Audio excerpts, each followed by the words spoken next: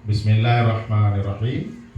Assalamualaikum warahmatullahi wabarakatuh. Waalaikumsalam warahmatullahi wabarakatuh. Puji syukur selalu kami panjatkan kehadirat Allah Subhanahu wa taala, yang mana Allah telah memberikan rahmat kepada kita semua sehingga kita telah sempat berhadir dalam acara aksi nyata kegiatan guru penggerak di SD Negeri 2 Panga, Kabupaten Aceh Jaya. Jadi sebelum kita masuk lebih jauh, mari kita sama-sama memintakan arahan dan bimbingan dari Bapak Kepala Sekolah kita. Kepada Bapak Abdurrahman kami persilahkan.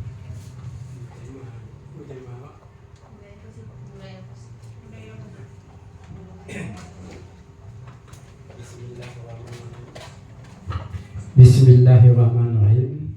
Assalamualaikum warahmatullahi ta'ala wabarakatuh. Puji syukur sama-sama kita panjatkan kehadirat Allah Subhanahu wa ta'ala. Dengan kudrah dan iradahnya lah Allah masih diberikan kesehatan, panjang umur untuk kita semua, bisa kita berkumpul di ruangan yang sahlah ini dalam rangka kita penyebaran pemahaman budaya positif. Dan selawat dan salam sama-sama kita sanjungkan ke pangkuan Nabi besar Muhammad SAW yang telah membawa kita dari alam kebodohan ke alam ilmu pengetahuan. Bapak, Ibu, Guru SD Negeri 2 Panga yang saya hormati, yang bahwa pada siang hari ini kita ada teman atau Pak Asep kita yang telah mengikuti guru penggerak di Kabupaten Aceh Jaya. Kebetulan beliau lulus hari itu ya Pak, lulus menjadi guru penggerak. Dan saya imbaukan kepada Bapak Ibu yang lain, ini juga sudah dibuka lagi untuk calon-calon guru penggerak. Mari sama-sama kita ikut guru penggerak. Mungkin nanti semua guru harus menjadi guru penggerak karena cukup banyak manfaatnya. Karena saya hari itu ada ikut dengan Pak Asep ke Calang waktu tutorial, saya dengar memang cukup manfaat untuk anak-anak kita di sekolah. Yang bawah kebetulan Pak Asep sudah lulus, sedang belajar hampir 3 bulan Pak ya. 3 bulan, mari sama-sama kita dukung beliau, semoga beliau nanti dapat lulus yang baik demi untuk sekolah kita dan demi untuk kita semua. Jadi yang bawah, hari ini kita ada tutorial nanti yang disampaikan oleh Pak Asep, sama-sama kita dengar, sama-sama kita lihat. Karena ilmu ini adalah kita membagi. Nanti di mana Pak Asep ada kelebihan ilmu diberikan untuk kita semua, juga kita nanti lebih daripada Pak Asep kita berikan sama Pak Asep. Karena kita membagi. Jangan kita ilmu ada tidak mau. Nanti ini Sabtu ini Pak Asep mungkin satu depan Pak Irfan yang tampil di depan. Nanti temanya nanti boleh tanya sama Pak Asep karena kita belajar nih. Juga saya walaupun sudah lama kepala sekolah juga belajar juga. Mungkin dengan Bapak Ibu, pandai Bapak Ibu dengan saya. Jadi Karena mengingat waktu 1 jam Pak diberikan kesempatan kepada Pak Asep. Dan juga saya ulang sedikit, ini masalah kegiatan kita yang harus dinilai nanti kinerja kita nanti sama-sama harus dipersiapkan ya, dipersiapkan. Ini ada daftarnya nanti di checklist apa yang sudah dibuat. Ini kan kinerja kita. Kalau kita kinerjanya buruk, mungkin nilainya kita buruk nanti. Saya rasa karena mengingat waktu kita sudah jam 11, karena Pak Asep mungkin 1,5 jam. Nanti mungkin ada pertanyaan-pertanyaan di mana kita tahu, kita jawab. Kalau kita tidak tahu nanti bagaimana, pertanyaan-pertanyaan itu kita dibalik oleh Pak Asep, nanti diberitahu. Demikianlah yang dapat saya sampaikan. Wabillahi taufiq wal hidayah. Wassalamualaikum warahmatullahi taala wabarakatuh. Waalaikumsalam warahmatullahi wabarakatuh.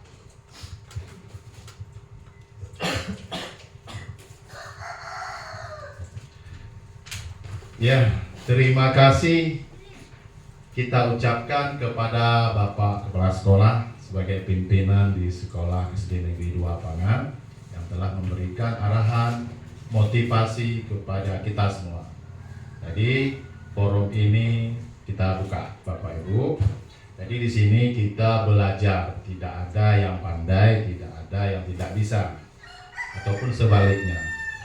Sesuai dengan arahan tadi, kalau ada lebih dari kami pribadi, kami bagikan, dan juga kalau ada dari Ibu, bagikan ke kami. Jadi di sini dalam teknik pembelajaran pada hari ini yang bertujuan yaitu penyebaran pemahaman apa yang sudah kami dapatkan di dalam pendidikan guru penggerak, itu harus kami sebarkan kepada rekan-rekan di sekolah. Begitu juga dengan Bapak Ibu yang lain. Mungkin kalau ada pelatihan di mana-mana, sebarkan seperti ini acaranya agar pemahaman itu menyebar. Jadi kita saling berbagi ya. Berbagi itu harus sama rekan guru dulu, nanti baru di sekolah. Sebelum ke situ, ini judulnya, kita lanjut ya, kita next. Ini bersama kita, kira-kira siapa tuh? Yang sebelah kiri Ibu itu Ibu T. Firda Nenti sebagai fasilitator guru penggerak Kabupaten Aceh Jaya Angkatan 9 CGP ya. Sebelahnya ada kepala sekolah Bapak Abdurrahman sebagai kepala sekolah SDN 2 Pangan. Yang di bawah sebelah kiri Ibu Eri Zahriani, pengajar praktik. Ibu ini praktik, mendampingi praktik dengan Ibu, beda dengan Ibu T. Firda Nenti. Dia memberikan materi terus-terusan lewat daring, Zoom kalau kita kenal sekarang. Kalau Ibu di bawah itu mendampingi kayak kemarin, mendampingi terus aksi nyata. Yang di samping itu baru saya pribadi, CGP. Entah di mana ada ambil foto saya tuh sama teman-teman, entah di snack apa, di Facebook, entah di WA, udah ambil. Itulah saya masih di bawah ya, masih di bawah posisinya, belum bisa ke atas. Jadi lanjut. Judulnya pada hari ini penyebaran pemahaman budaya positif oleh Asep Saiful Zaman SPDI CGP. CGP itu calon guru penggerak angkatan 9. Sekarang angkatan berapa ya? 11. Oke. SD Negeri 2 Pangan Kabupaten Aceh Jaya. Dalam proses diskusi kita hari ini bersama teman-teman, ini tujuannya sudah dirancang, ada 2 tujuan. Dapat menyebarkan pemahaman tentang perubahan paradigma belajar kepada guru atau rekan sejawat dengan baik. Berarti tujuan pertama, kami pribadi dapat menyebarkan pemahaman paradigma belajar kepada teman-teman.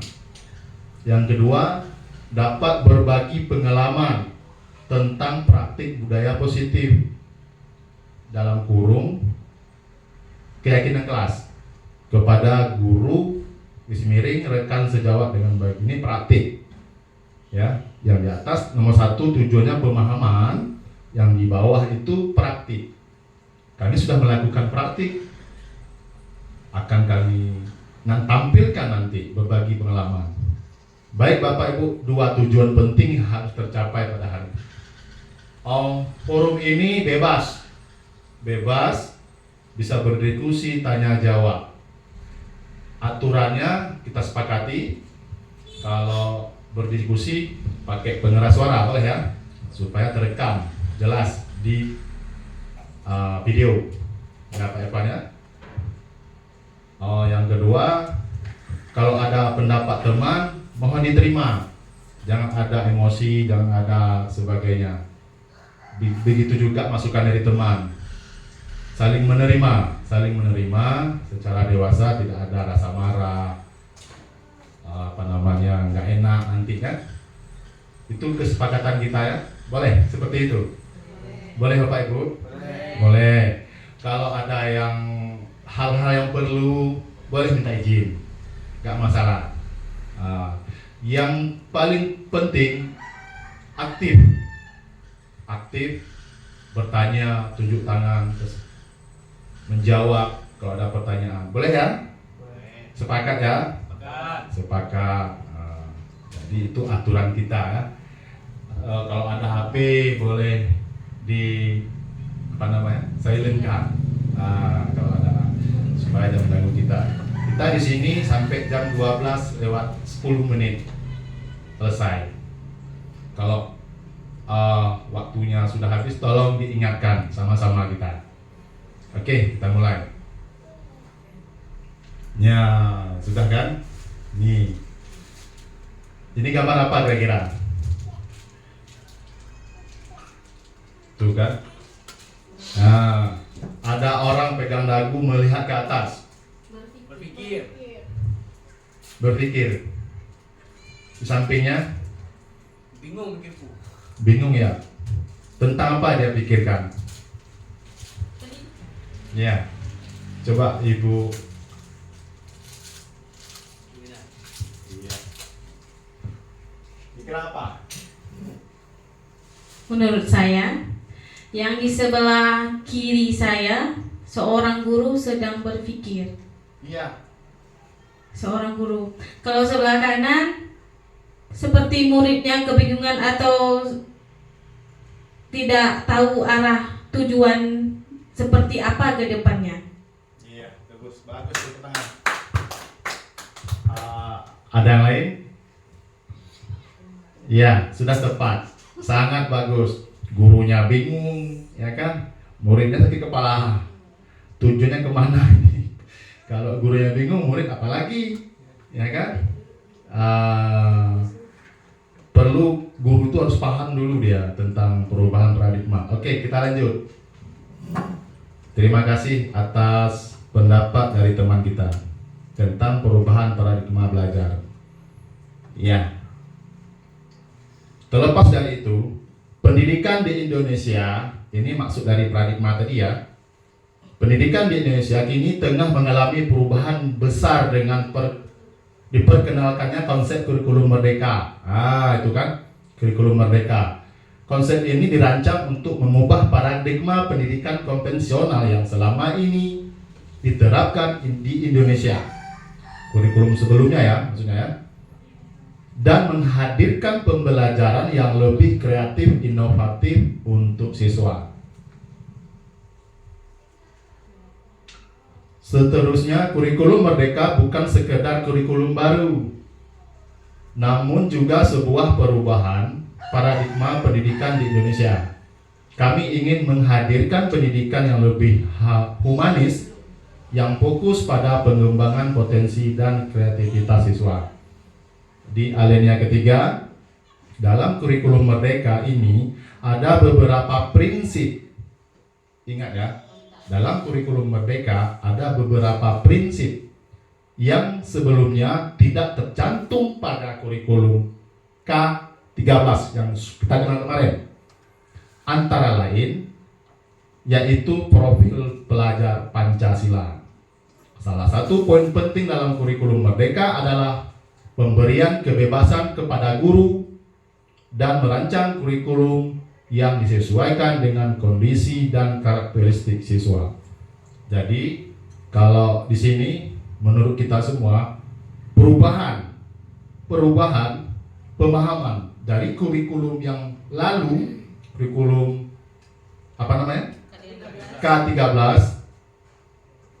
terkonvensi update ya ke kurikulum Merdeka. Di dalam kurikulum Merdeka di alinea ketiga itu ada penambahan profil pelajar Pancasila. Di situ ditekankan ada perubahan pembaharuan. Kira-kira Bapak Ibu ini ada yang bertanya dalam 3 alinea ini? Paham kira-kira? Jadi kesimpulannya perubahan paradigma itu adalah perubahan pemahaman kita antara kurikulum yang lama sampai yang sekarang. Jadi di situ ada poin penting itu di alinea kedua. Kurikulum Merdeka bukan sekedar kurikulum baru, namun juga sebuah perubahan paradigma pendidikan di Indonesia. Dari siapa? Tentu dari Menteri Pendidikan. Menteri Pendidikan tujuannya kemana? Presiden tujuannya kemana? Mencapai Indonesia emas di tahun 2045. Salah satunya kurikulum Merdeka. Yang lainnya pangan. Pangan itu kita belajar banyak-banyak, gizi nggak ada, sama saja no, ya kan? Bapak Ibu, diberikanlah program pangan. Tujuannya menuju Indonesia emas. Sekolah kita sudah menerapkan program pangan. Sudah berjalan 2 minggu ya, lebih kurang ya. Di sini ada kira-kira yang bertanya, Bapak Ibu. Ini di bawahnya lagi. Di sini perlu kami garis bawahi di sini ya. Salah satu poin penting dalam kurikulum Merdeka adalah pemberian kebebasan kepada guru dalam merancang kurikulum yang disesuaikan dengan kondisi dan karakter siswanya. Begini, dulu kepala sekolah, pengawas, komite, dinas merancang kurikulum. Sekarang hebatnya guru yang membuat. Iya, merancang sendiri kurikulumnya. Jadi kepala sekolah dan seterusnya masih banyak pekerjaan lain yang harus diselesaikan. Masa sih di atas kita kepala sekolah, pengawas, dinas pendidikan, ini loh Bapak Ibu ajarkan. Ada rasa intimidasi. Sekarang bebas, makanya kurikulum Merdeka bebas. Terserah Bapak Ibu mengarang kurikulum. Tujuan capaian pembelajaran sudah ada ditetapkan oleh kementerian. Sekarang bebas Ibu merancang, lihat kondisi siswa kita di kelas. Ibu rancang sebaik-baiknya. Itu tugas kita. Disinilah kurikulum Merdeka. Paham Bapak Ibu? Beruntung yang kelas 1, kelas 4 bebas merancang kurikulumnya apa saja sesuai dengan tujuan pembelajaran yang ditetapkan oleh kementerian, bebas. Yang hebatnya lagi kurikulum Merdeka ini harus ada P5-nya ini, profil profil belajar Pancasila. Situ yang lebih ditekankan. Berarti tidak mengejar KD. Kelas 1, kelas 4 itu tidak mengejar KD. Kalau sekarang kita halaman ini, besok harus bisa ini, besok harus bisa itu, ya kan? Kalau kurikulum Merdeka tidak mengejar itu. Kalau belum bisa, ajarin sampai bisa. Kalau belum bisa, ajarin sampai bisa. Itu hebatnya kurikulum Merdeka. Walaupun lambat, bisanya bisa, memang bisa. Kalau kurikulum 2013, ya nggak bisa ya sudah. Besok lain lagi, tamat dari SD ini nggak bisa semua. Itulah kelebihan kurikulum Merdeka. Sampai bisa. Kalau 2 kali nggak bisa, siapa yang salah? Gurunya yang salah. Apa siswa yang salah? Gurunya yang salah mengajar, dengan tidak cukup syarat dengan gayanya semua, nggak paham muridnya ini, atau siswanya yang salah? Coba berpikir ya. Udah 3 kali nggak bisa. Siapa yang salah? Sedangkan di sini bebas, tidak mengejar halaman buku Bapak Ibu, sampai bisa. Itulah kurikulum kurikulum merdeka. Sampai bisa. Tidak punya alat, cari alat. Maklum ya, anak-anak yang tidak bisa membaca lambat, kalau nonton video dia cepat, kasih video. Dengan video dia nggak itu, kasih ceramah nggak bisa, nulis kurang pas, materinya harus tercapai ini, kasih dia praktek, pasti bisa. Video kurang dipahami, gambar kurang dipahami, nulis apalagi, semua nggak bisa. Suruh buat kesimpulan, ya ampun tulisannya nggak bisa dibaca, kasih dia praktek, pasti teringat dia. Waktu dia besar nanti teringat, oh begini cara main bola gitu kan. Kalau di deskripsi materi ini kan sampai tengah kan, tapi kalau yang suka praktek itu nampak ya. Tapi kalau makanya kita harus bervariasi memberikan pembelajaran, bebas.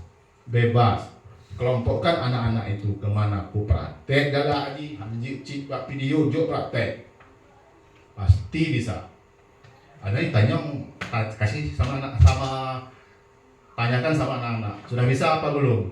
Pasti dia teringat, sudah dipraktekkan. Bagaimana cara membedakan anak-anak itu supaya dia mengarah ke praktek? Anak-anak lompat itu untuk praktek tuh, lompat sana, lompat sini, lompat. Itu anaknya tipenya kinestetik, suka praktek, ya kan? Kalau yang dia suka menulis diminta ya Pak nulis itu suka nulis. Berikan kesempatan kelompok yang suka nulis. Presentasikan bahannya nulis. Nanti anak-anak yang suka praktekkan yang sudah ditentukan. Sampaikan ke depan kelas sesuai dengan yang dirasakan praktek tadi. Itu bebas ya. Itu manfaat kurikulum merdeka. Jadi pertanyaan, sekolah kita apa sudah merdeka apa belum? Itu dia pertanyaannya. Dimohon pertanyaan. Sudah kurikulum merdeka apa belum? Ada pertanyaan di Selinjar ya? Gimana Bapak?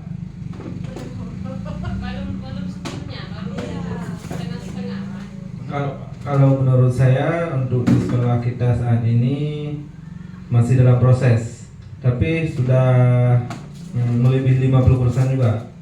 Ya. Kalau yang belum ya, coba. Ya sama. Pakai ini sudah kedengaran. Ya. Menurut saya sekolah kita sebagian sudah kurikulum merdeka belajar. Tergantung gurunya juga sih Pak, kalau mau menjalankan kurikulum merdeka belajar di sekolah kita diperbolehkan. Seperti itu Pak. Seperti itu. Kita tahan timpan dulu ya. Bagaimana? Kenapa Bapak? Jangan ya. Ya, oke. Bagus Ibu, sudah sebagian sedang berjalan. Ya kan? Sedang berjalan sudah sebagian. Itu memang betul. Memang betul, sedang berjalan sekarang kan di tahun pelajaran 2023-2024 di semester 1. Sudah, kami informasikan bahwa kurikulum merdeka itu ada 3 bagian yang sedang berjalan, khususnya sekolah kita umumnya di Aceh Jaya. Pertama, merdeka belajar sesuai sekolah kita Bapak Ibu. Sekolah kita ini kurikulum merdeka belajar. Satu lagi merdeka berubah. Satu lagi merdeka berbagi. Kami dengan Bapak Kepala Sekolah kemarin melihat, meninjau, menganalisis dan mempertimbangkan serta memutuskan dengan keadaan lingkungan sekolah, guru, siswa, lingkungannya semua mengambil satu di antara 3 kurikulum merdeka belajar. Ya kan Pak Kepala kan? Kurikulum merdeka belajar. Kalau kurikulum yang lain 2 ini berubah, semuanya total berubah Bapak Ibu. Kalau kurikulum Merdeka berubah nih, sudah mereka, tapi berubah, total berubah, rapol berubah, cara mengajar berubah, DPP berubah, struktur berubah, roster berubah, pembagian tugas berubah, semuanya berubah. Khusus untuk sekolah itu, kalau kurikulum Merdeka berbagi sudah berubah semuanya, dari perencanaan, pelaksanaan sampai dengan evaluasi sampai rapor-rapornya berubah. Setelah berubah, berbagi lagi ke sekolah lain. Analisis kami dengan Bapak Kepala Sekolah kemarin itu memutuskan sekolah kita kurikulum Merdeka belajar. Belajar itu sambil melaksanakan kurikulum K13, sambil melaksanakan kurikulum Merdeka belajar. Titik fokusnya di kelas 1 dan di kelas 4. Apa yang berbeda di kurikulum kita sekarang ini yang kita laksanakan? Ini perlu paham guru kelas 1 dan guru kelas 4. Guru kelas lain masih kurikulum K13. Dua rombel tersebut, dua tingkat tersebut itu harus menggunakan kurikulum Merdeka. Di mananya Merdeka? Apakah semuanya? Cuman yang berubah gaya mengajar saja, Bapak Ibu. Merdeka. Kalau Merdeka belajar itu gaya mengajar saja masuk kelas. Itu saja bedanya. Itu saja bedanya. Yang lain LPP, struktur, roster, rapor masih K13. Makanya kami pihak sekolah, dengan khusus kepala sekolah, belum menerapkan 100%. Ya kan Pak? Rapornya masih rapor K13 kita pakai. Gaya pengajarnya saja yang berbeda untuk K3, untuk Merdeka. Kelas 1 dan kelas 4. Boleh ditiru oleh kelas-kelas lain. Kalau sudah mantap gaya mengajarnya, baru kita naik ke level 2. Kurikulum berubah, mereka berubah. Jadi sekolah kita sekarang, Bapak Ibu masih menggunakan RPP, kurikulum K13, cuman gaya pembelajaran Bapak Ibu sudah merdeka. Apa merdeka itu? Profil Pancasila tadi. Ya kan, berubahnya kan ke profil Pancasila. Apa saja sih profil Pancasila itu? Di K13 nggak ada ini. Ini yang harus ditekankan Bapak Ibu di profil pelajar Pancasila ini. Iya.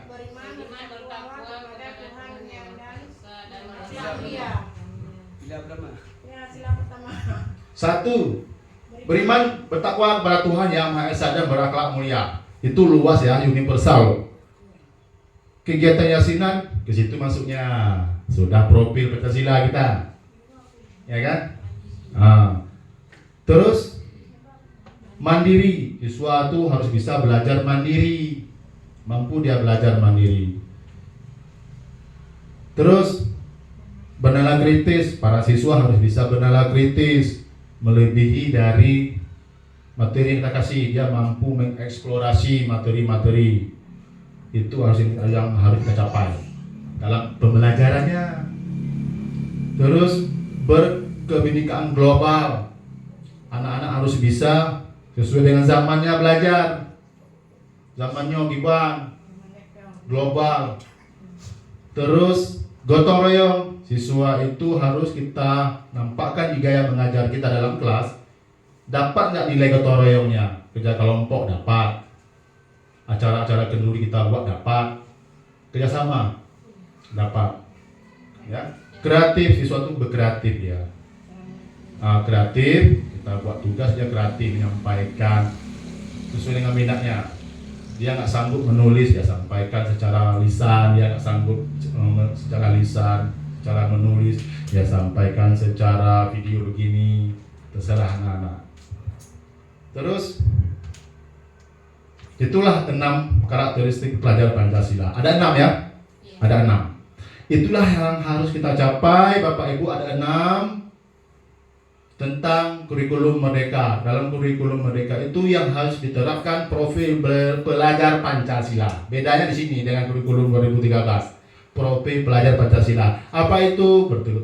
Beriman, bertakwa kepada Tuhan Yang Maha Esa, mandiri, bernalar kritis, gotong royong, kreatif, berkebinekaan global. Sini paham kan? Sudah kan? Kami memberikan pemahaman di sini. Dalam pembelajaran Bapak Ibu di kelas tidak mesti semuanya harus dapat. Boleh dapat ini sama ini, tergantung materi dan KD-nya. Kalau dulu capaiannya apa? Boleh dapat ini dengan ini, boleh dapat mandiri dengan gotong royong. Kalau melaksanakan kelompok, gotong royongnya sudah dapat, ya kan? Ini dapat menghargai ini, bertakwa kepada Tuhan yang besar dan berakhlak mulia. Dalam kelompok itu perlu akhlak mulia dengan Allah Subhanahu Wa Taala, dengan teman, kepala ibu, segala macam teman-teman semuanya. Ada akhlak-akhlak yang harus dijaga. Dapat, ini pasti dapat, ini pasti dapat. Kalau menggunakan video IT pembelajaran kita kayak kemarin, ininya dapat. Belajar kelompok ya, gotong dapat, ininya dapat. Berkebinekaan global karena menggunakan model zaman sekarang dapat tiga-tiga. Kita suruh bekerja sendiri, ini dapat lagi mandiri. Kita suruh lebih hebat lagi berpikir, ininya dapat, ya kan?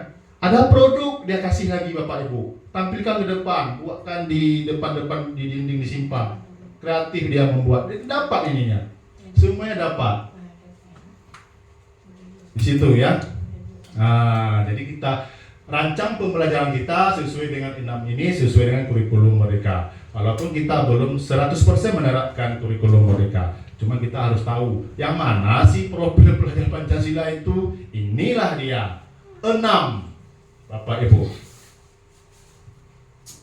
Sampai di sini ada kira-kira yang belum paham, ada yang ditanyakan.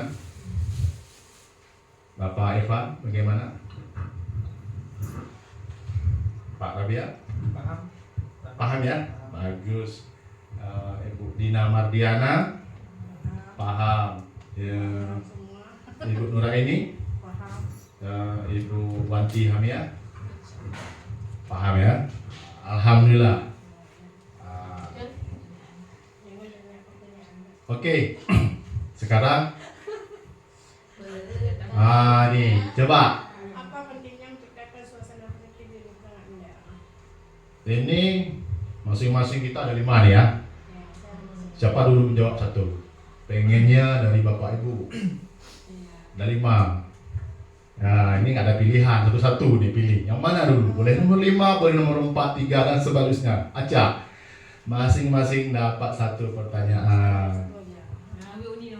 Ya, nomor 1. Pakai mic ya. Nomor 1. Ya, nomor berapa? Terserah. Menurut saya gitu. Assalamualaikum warahmatullahi wabarakatuh. Waalaikumsalam warahmatullahi wabarakatuh. Jadi mengenai budaya positif ada 5 permasalahan yang ditanyakan kepada kita semua. Yang pertama, apa pentingnya menciptakan suasana positif di lingkungan sekolah? Jadi suasana positif, suasana yang berguna atau yang bisa ditiru oleh orang lain atau bahkan di sebelah kita. Baik itu cara kita berjalan, cara kita berbicara, kita menghargai sesama teman, bahkan kita bagaimana cara kita menghargai kepala sekolah. Di samping kepala sekolah kita juga menghargai yang lebih tua. Itulah kira-kira Pak Sef. Ya. Mungkin ada teman yang lain yang dapat menyampaikan. Sudah jelas sekali. Saya yang kedua. Nomor 2. 2. Oke. Baiklah, saya akan menjawab pertanyaan nomor 2. Sebagai seorang pendidik atau pembina sekolah, bagaimana Anda dapat menciptakan suasana positif di lingkungan Anda selama ini? Yang pertama, Pak, budaya positif seperti kebiasaan sehari-hari. Yang pertama, misalnya kalau menurut saya datang tepat waktu. Ya. Terus yang kedua, setidaknya adalah untuk salam guru-guru diri di depan sekolah. Iya. Atau bisa dinamakan sebagai 5S atau S5, salam sapa senyum. Ya. Yang ketiga, kebiasaan seperti ini yang baru ya Pak. Kalau misalnya ada untuk sarapan anak-anak, bawalah bekal untuk budaya positif agar tidak jajan sembarangan atau apa lainnya Pak. Iya, Pak. Seperti itu. Saya kira begitu saja Pak. Super sekali, tepuk tangan Bapak Ibu. 2 sudah terjawab. Itu menurut Pak Irfan dan Bu Dina. Nomor 1 Pak Irfan, nomor 2 Bu Dina. Itu yang keluar dari hatinya.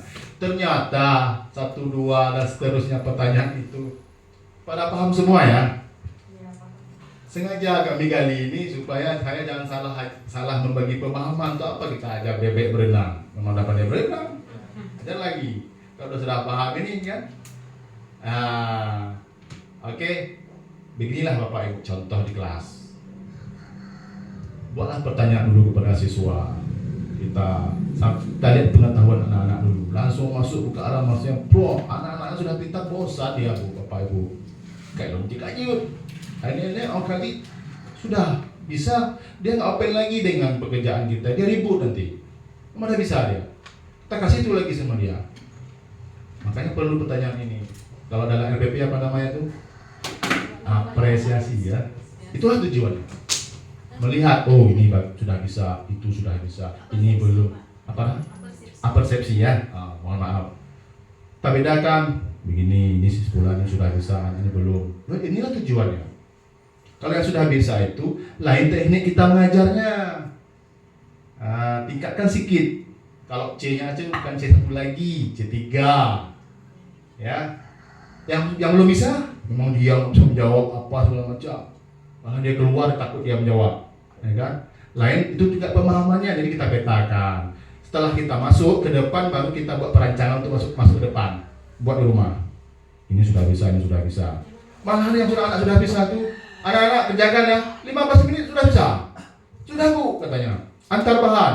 Dia kalau sudah bisa antar bahan, ribut ya. Ganggu-ganggu temannya.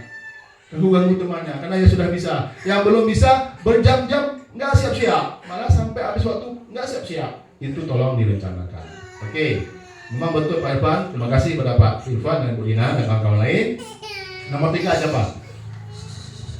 Pak, kita mendengarkan suara emas dari Bapak Arabia sebagai guru PJOK ya. Iya. Berarti pertanyaan tentang budaya positif yang ada pada nomor 3, yaitu apakah hubungan antara menciptakan suasana yang positif dengan proses pembelajaran yang berpihak pada murid. Kalau hubungan menurut saya sangat diperlukan karena contohnya misalnya hubungan menciptakan suasana positif, yaitu suasana yang damai. Positif itu bisa kita artikan sama dengan damai, apalagi kita berhubungan dengan murid. Dan selanjutnya kalau suasana positif dengan proses pembelajaran digabungkan, itu sangatlah penting rasanya kalau setiap mata pelajaran kita laksanakan. Mungkin hanya ini saja Pak.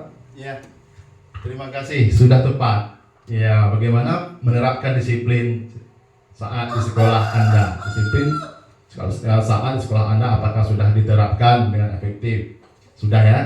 Sudah tadi. Oke, 1, 2, 3, sudah terjawab 4. Bagaimana penerapan disiplin saat ini di sekolah Anda? Apakah sudah diterapkan dengan efektif? Bila belum, apanya yang menurut Anda masih perlu diperbaiki? Itu perlu kita evaluasi Bapak Ibu. Sekolah kita sudah ya? Sudah menurut Bapak Ibu? Sudah ya? Alhamdulillah sudah. Ada yang perlu dievaluasi? Ada. Nanti kita lakukan tindak lanjut setelah ini. Apa yang perlu dievaluasi? Ya Pak Irfan ya? Nah ini nomor 5 penting sekali. Apa saja harapan-harapan yang ingin Anda lihat dikembangkan pada diri Anda? Ya, harapan yang perlu dikembangkan pada diri kita.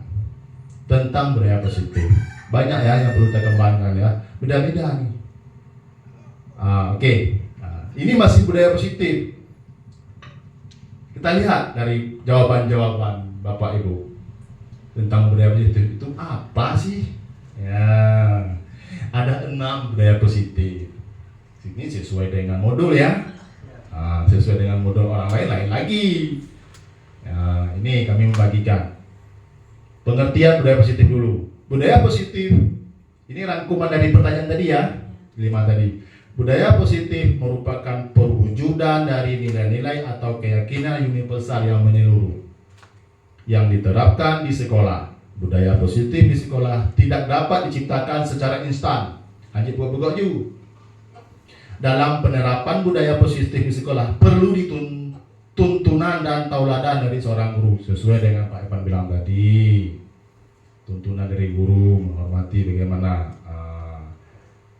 Jadi budaya positif itu tidak dapat diciptakan secara instan. Coba internet, copy, tempel di sekolah. Harus begini. Harus dibuat sama-sama Bapak Ibu. Berjanji sama-sama. Dilaksanakan sama-sama. Ya kan? Di sekolah juga, di dalam kelas juga, di rumah juga. Oke. Macam-macam budaya positif. Ini Bapak Ibu. Disiplin positif dan nilai kebajikan universal.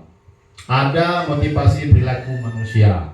Ada keyakinan kelas. Ada kebutuhan dasar manusia. Ada 5 poin kontrol. Ada segitiga restitusi. Itu semua digabung dengan budaya positif.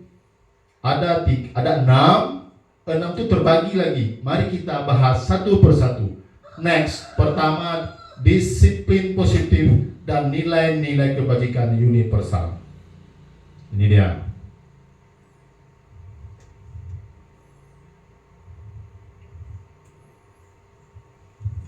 Ada 3 motivasi perilaku manusia. Ya kan?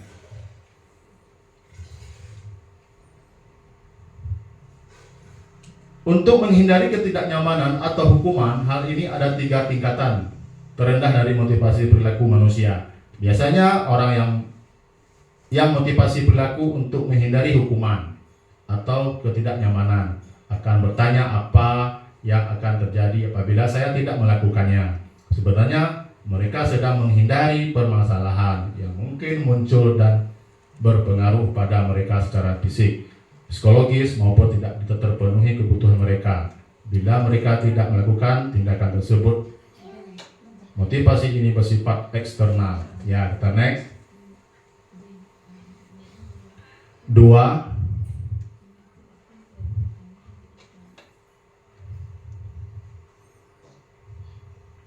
Dua ya, Bapak Ibu.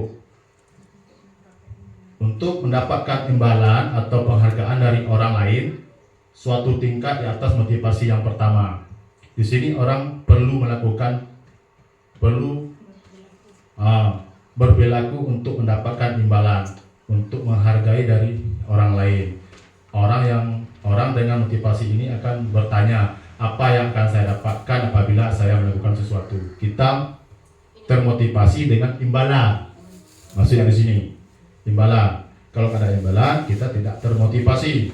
Mereka melakukan sebuah tindakan untuk mendapatkan pujian dari orang lain yang menurut mereka penting dan mereka letakkan dalam dunia berkualitas mereka. Mereka juga melakukan sesuatu untuk mendapatkan hadiah, pengakuan atau imbalan. Nah, seperti saya bilang tadi, motivasi ini juga bersifat eksternal. Kita melakukan sesuatu untuk mendapatkan imbalan, itu motivasi.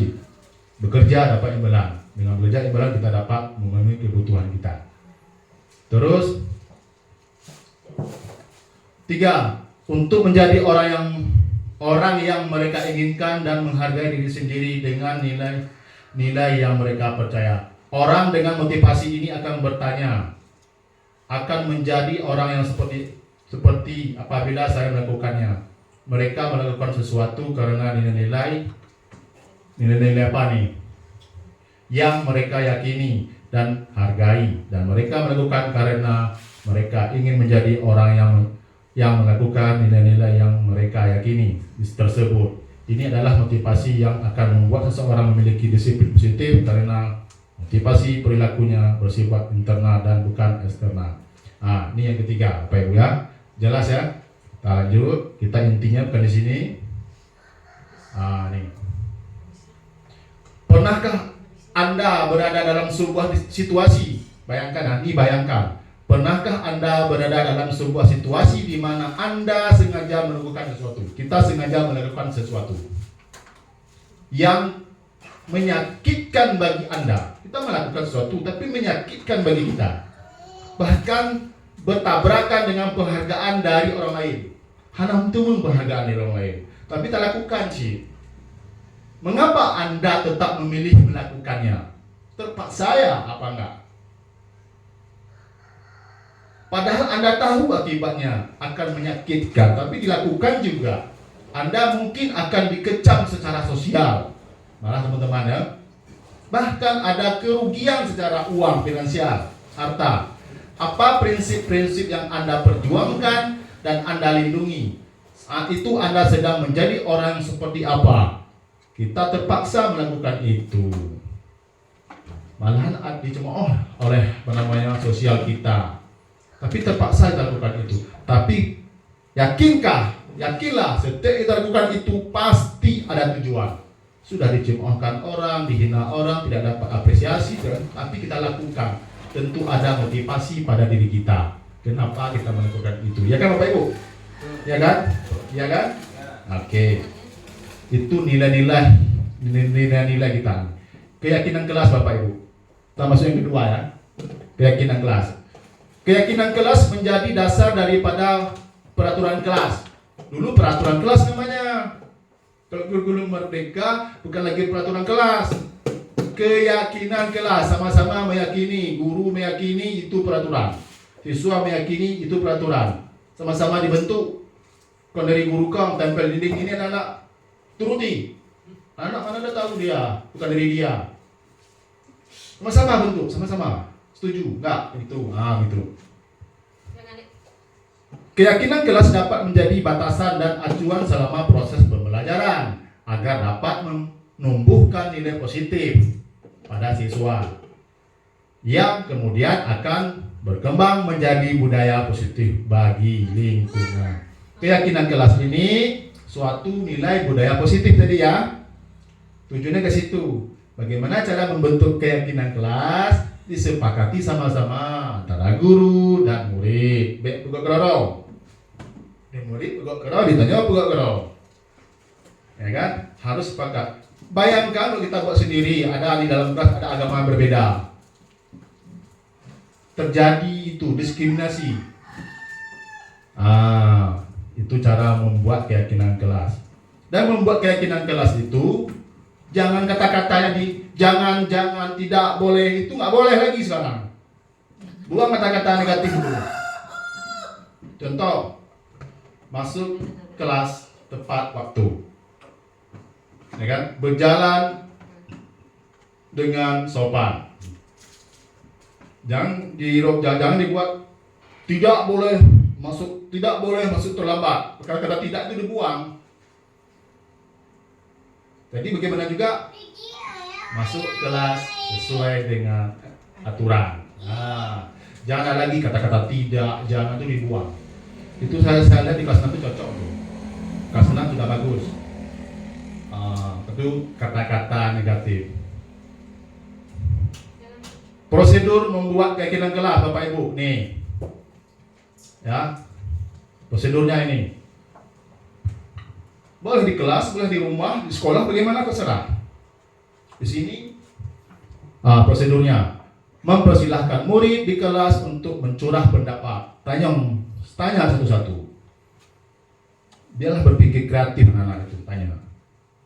Terus mencatat semua masukan, tulis di papan tulis, ataupun bagi kertas satu-satu. Sudah berikan waktu, tempel. Verifikasi. Kalau sama nggak usah. Terus susunlah keyakinan kelas sesuai dengan prosedur pembentukan keyakinan kelas. Kalau sudah ada keyakinan kelas yang lama, ya kan? Ambil saja yang bagus, ganti saja. Itu tujuannya kita harus mengajak siswa itu membuat keyakinan kelas. Ini prosedurnya. Tinjau kembali daftar curah pendapat. Lihat kembali. Ada 20 siswa, 20 tempelan di depan. Baca satu-satu, tinjau. Sepakati satu-satu. Nomor 1 cocok nggak? Nomor 2 cocok nggak? Masuk berdoa sesudah belajar. Berdoa sebelum sesudah belajar cocok nggak? Cocok. Ambil. Tanya sama teman anak. Tempel. Terus setelah keyakinan kelas selesai dibuat, maka semua warga kelas dipersilahkan meninjau ulang, lihat kembali, baca kembali, dan menyetujui dengan menandatangani keyakinan kelas. Tanya anak-anak, setuju nggak begini? Setuju nggak ini? Ada 7 macam, 8 macam, 10 macam, 12 macam. Setuju. Kalau lebih pasnya lagi, suruh teken sama anak-anak. Suruh teken. Pernah lihat di pesantren? Anaknya teken peraturan kelas, peraturan pesantren, orang tuanya teken, ya kan? Kalau ada apa-apa nggak bisa lagi. Karena anaknya tahu sudah dibagikan peraturan kelas sampai ke rumah. Baca formulir ini, tolong dibaca-baca peraturannya, ya kan? Kita di sekolah nggak begitu. Baru keyakinan kelas selanjutnya bisa diletakkan di dinding di kelas, tempat yang mudah dilihat semua warga sekolah, Bapak Ibu. Ini contohnya ya. Kami sudah melakukan anak-anak di kelas. Kelas 6 ya. Sudah kami lakukan. Ini hasilnya. Itu ada tanda tangan siswa ini ya, nih. Tanda tangannya setuju semua. Mereka yang membuat, mereka yang menjalankan. Ya, dari mereka usulannya untuk mereka. Oke. Ini masuk kebutuhan dasar manusia. Kebutuhan dasar manusia, Bapak Ibu, ada 5 kebutuhan dasar manusia. Nih, kebutuhan dasar manusia. Pertama, kebutuhan dasar makanan. Fisik. Kalau nggak ada makanan, apa yang terjadi? Itu butuh. Kebutuhan dasar manusia. Ya, seperti kebutuhan rohani jasmani kita. Kalau anak-anak sering nggak terpenuhi kebutuhan nomor 1 ini, dia merampok di dalam sekolah, rebut makanan ini, gertak di sana, gertak kemari, langsung kita beri hukuman cuci berbaris. Kenapa kamu ini, kamu itu? Padahal dia nggak terbutuhi makanannya, dia melakukan itu. Seorang guru jangan langsung hukum, nggak boleh. Ya kan? Terus kedua, kebutuhan terhadap rasa aman. Anak-anak butuh dilindungi. Ini setiap anak-anak butuh dilindungi. Aman dia. Kalau dia nggak aman, dia mesti berontak. Contoh begini, anak kita sukanya A, kita kasih B, pasti berontak dia, ya kan?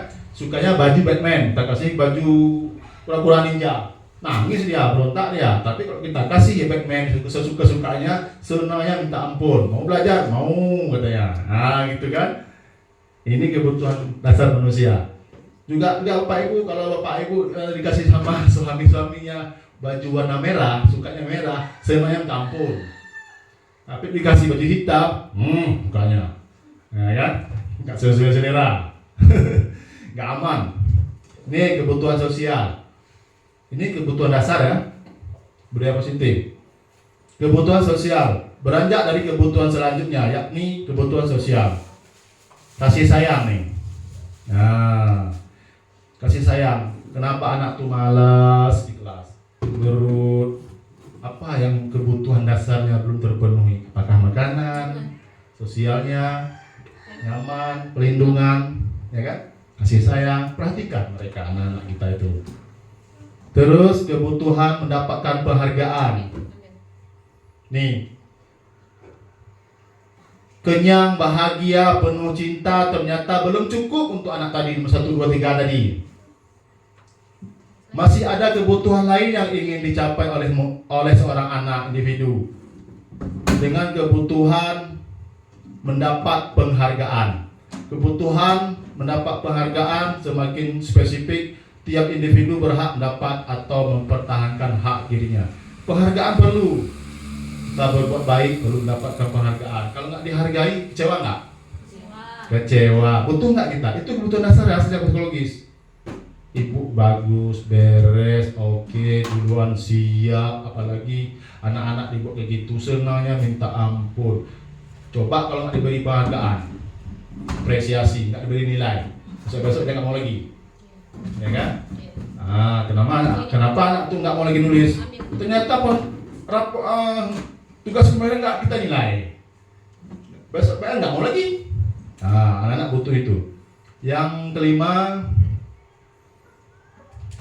kebutuhan untuk mengaktualisasi diri. Kebutuhan ini mewujud dalam kebutuhan untuk memutuskan kemana arah yang diinginkan seorang individu.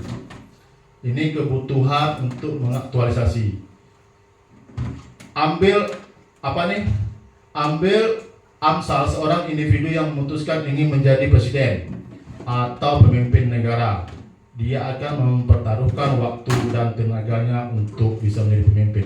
5 kebutuhan, 4 tadi sudah. Pangan cukup, aman sudah, sosialnya baik, apalagi tadi yang keempat, penghargaan oke. Itu sudah cukup sebenarnya. Tapi seseorang individu dia itu masih belum cukup.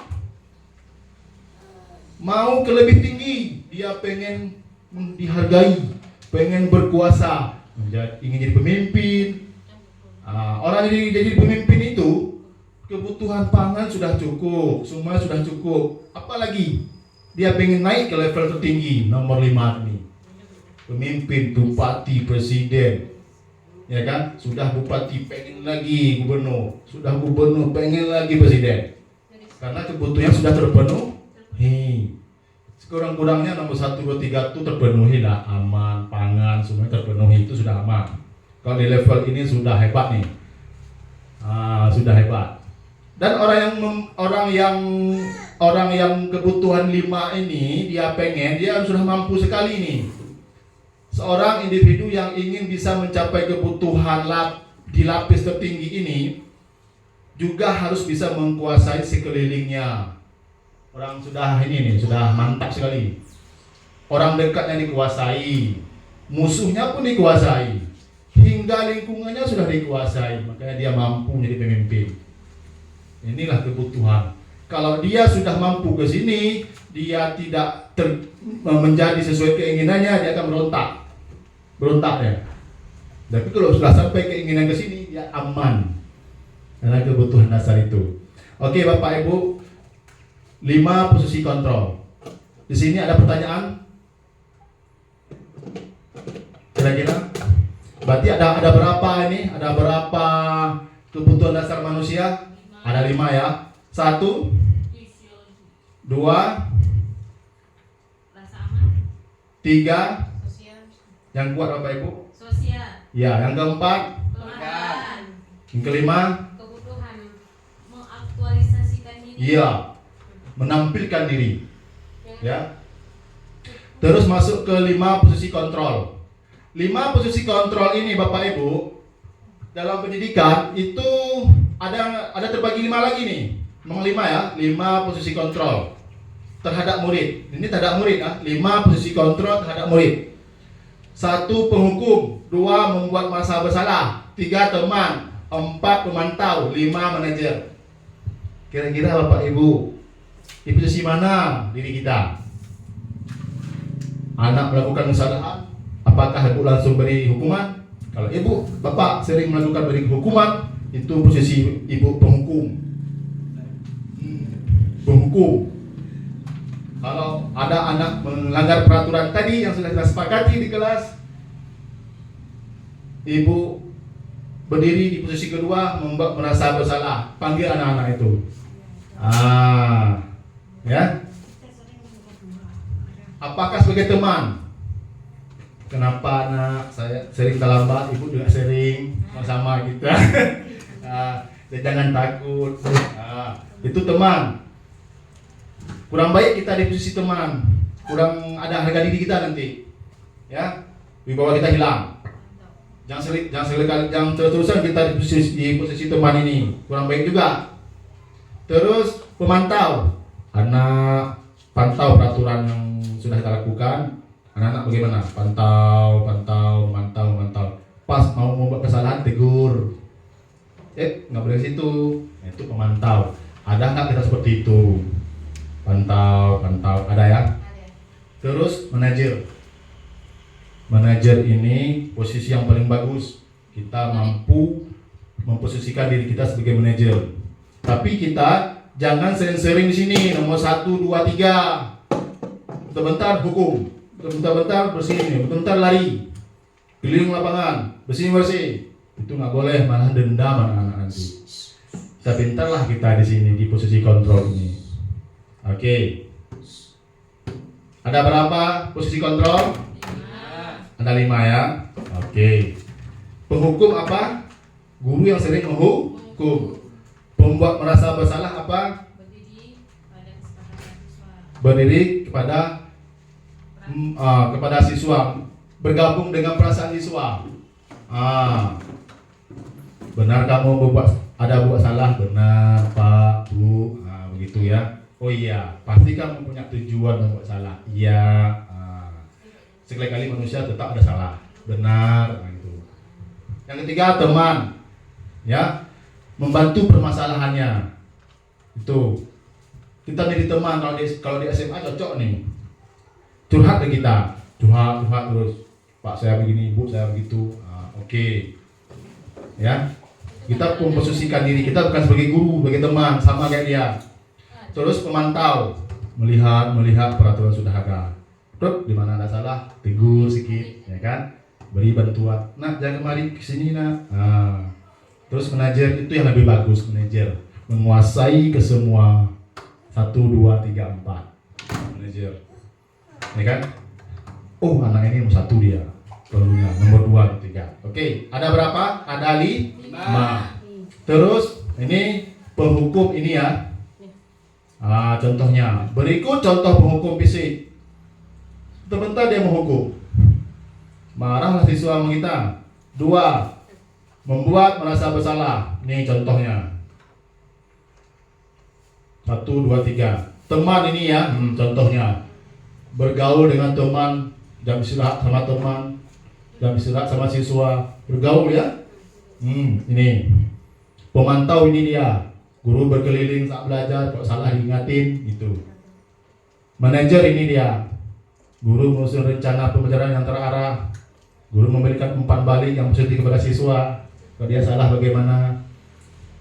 Kesimpulannya ini ya Bapak Ibu, kesimpulannya.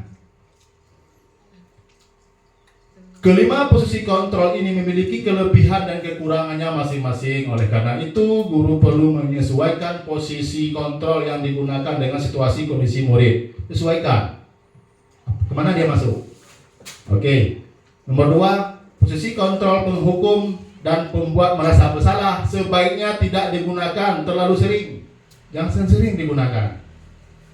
Karena dapat berdampak negatif pada psikologis murid. Tentu dihukum, sayang jiwanya, ya, semakin takut dia.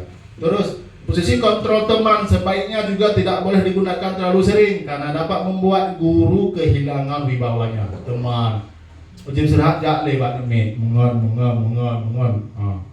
tidak cocok juga ya. Posisi kontrol pemantau dan manajer adalah posisi kontrol yang paling baik. Nomor 4, nomor 5 ini terbaik rupanya.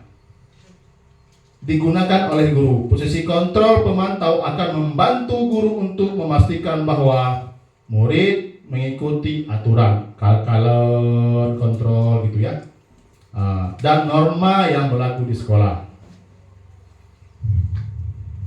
Ini dia. Satu lagi. Budaya positif ada berapa tadi? Yang tadi? Dan budaya positif. Ini yang terakhir ya, segitiga restitusi. Segitiga restitusi. Ini ya Bapak Ibu. Kita kembalikan. Ini. Mana dia? Hilang ulang. Ini dia. pencapaian kita dapat pada hari ini masuk ke segitiga restitusi. Berarti kita sudah ke tahap akhir nih. Ini perlu diingat ya, Bapak Ibu. Ya. Nih, segitiga restitusi. Apa itu segitiga restitusi? Bayangan kita segitiga ya. Segitiga, ada sudut 3. Segitiga restitusi.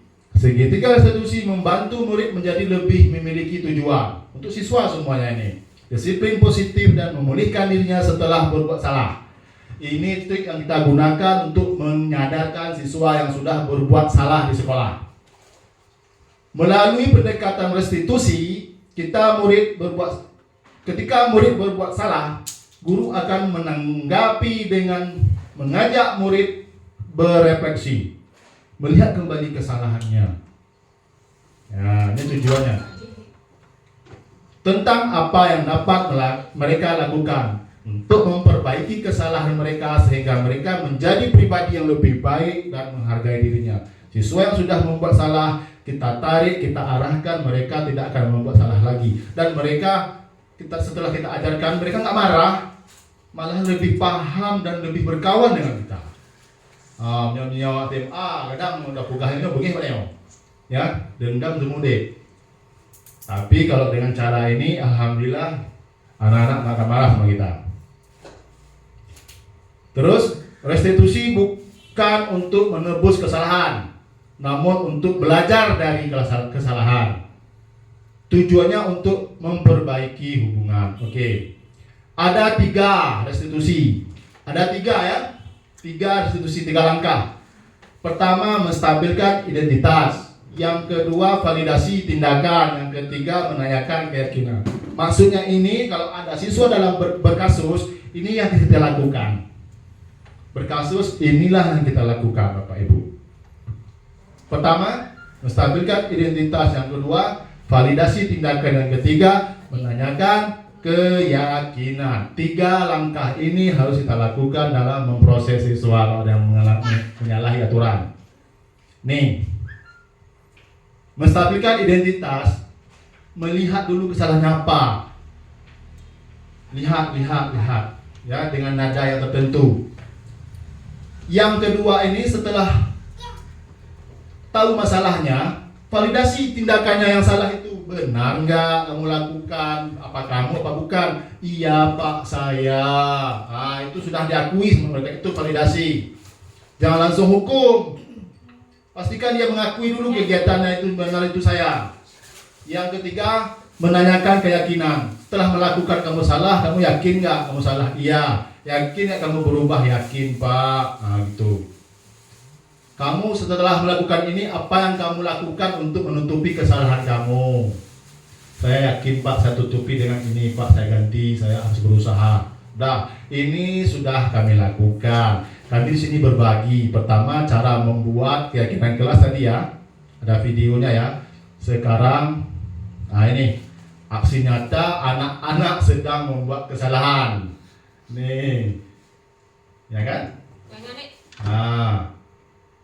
Ini proses aksi nyata saya kemarin dalam 3 ini. Dalam 3, 1, 2, 3. Salahnya apa? Ya, kita berbagi ya, nggak ada lebih kurangnya. Setelah saya tampilkan video, selesai kita. Ya, oke, Bapak Ibu. Oke.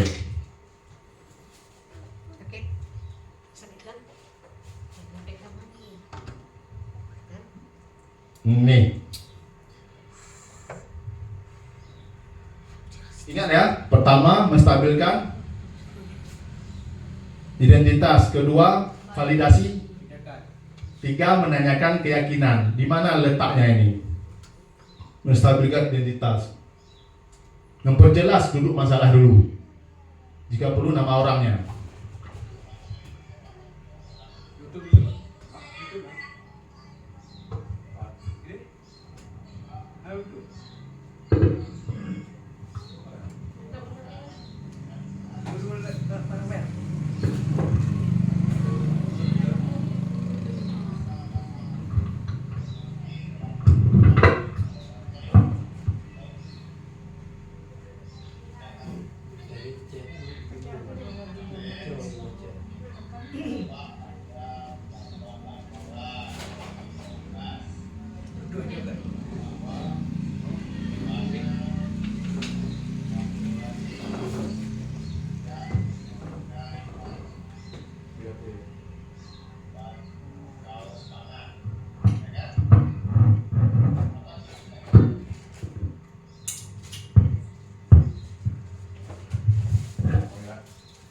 Dengar suara yang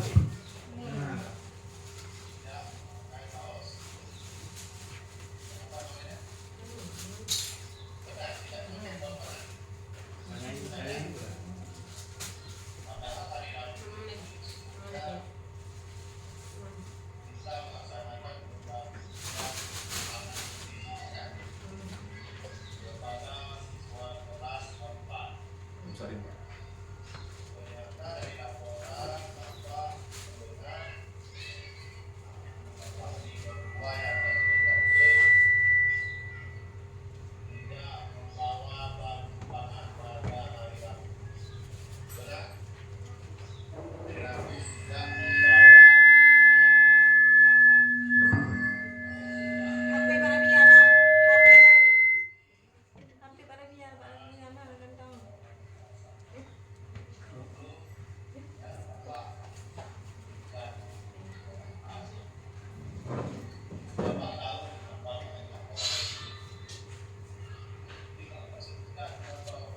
Nah, ini proses menstabilkan identitas pertamanya.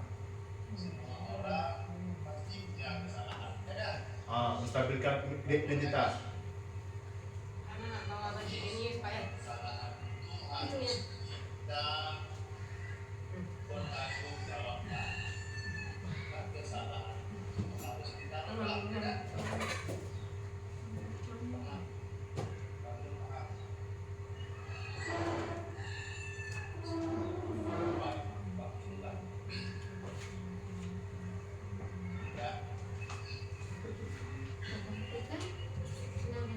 Ini proses. Ini proses dia pengakuan. Yang kedua, memvalidasi, memang diakui itu kesalahan mereka, anak-anak kita. Harus dari mulut mereka. Kalau proses ini belum ada, jangan ambil tindakan dulu. Nanti salah itu tak. Kalau beri tindakan, umumkan dia, tak kena kita.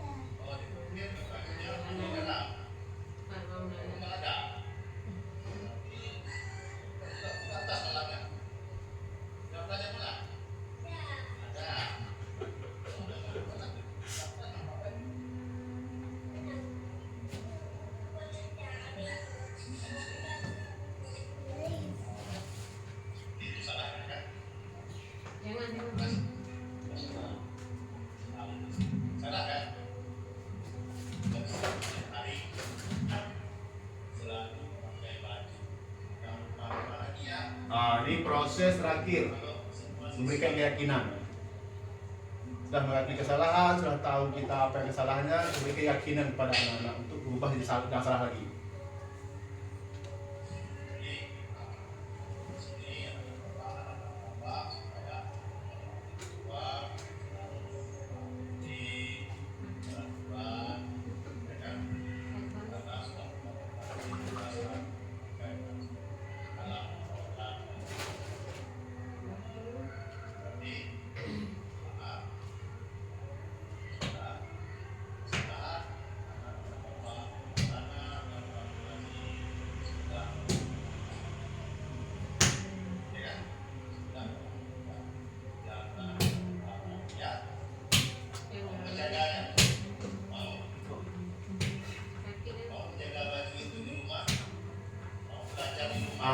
Proses mereka berjanji. Kalau bisa teken.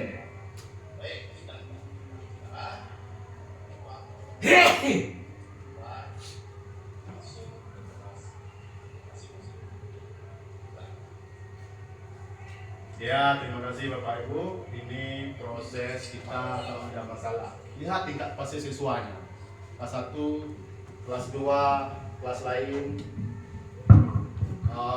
SMA, SMP itu berbeda ya. Lihat, itulah kita bijak. Masalah itu kalau nggak selesai, cari teman yang mampu menyelesaikan masalah. Kalau nggak selesai, bawa ke rapat forum kepala sekolah di dalam kelas.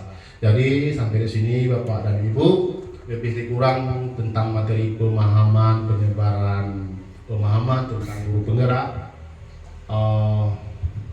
Di mana ada kesalahan. Terakhir refleksi.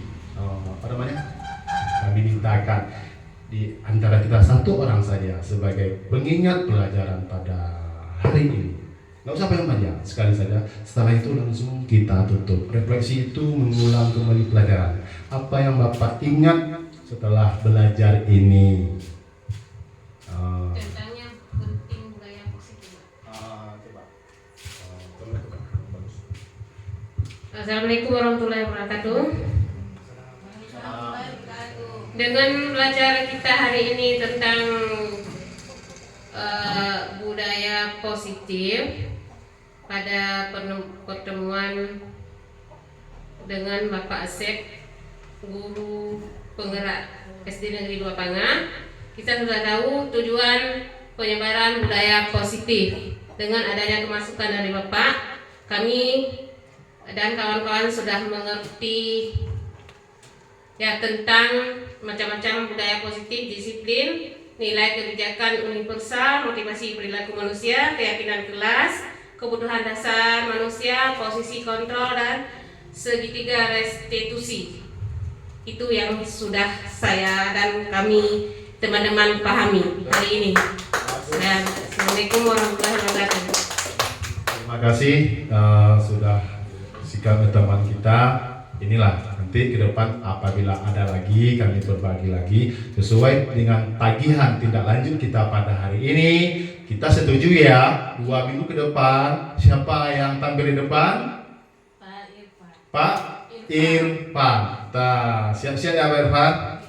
Apa saja boleh dibagikan. Oke, akhir kalam hormat kami kepada Bapak Kepala Sekolah, pada Ibu Dewan Guru, peserta forum yang telah semangat mengikuti kegiatan ini. Di mana ada kesalahan, kesilapan, ataupun yang belum paham nanti boleh ditanyakan di luar. Kalau ada jawaban yang tidak memuaskan, saya mencari jawaban yang sebaik-baiknya kami sampaikan kepada Ibu. Wabillahi taufik wal hidayah. Wassalamualaikum warahmatullahi wabarakatuh. Waalaikumsalam.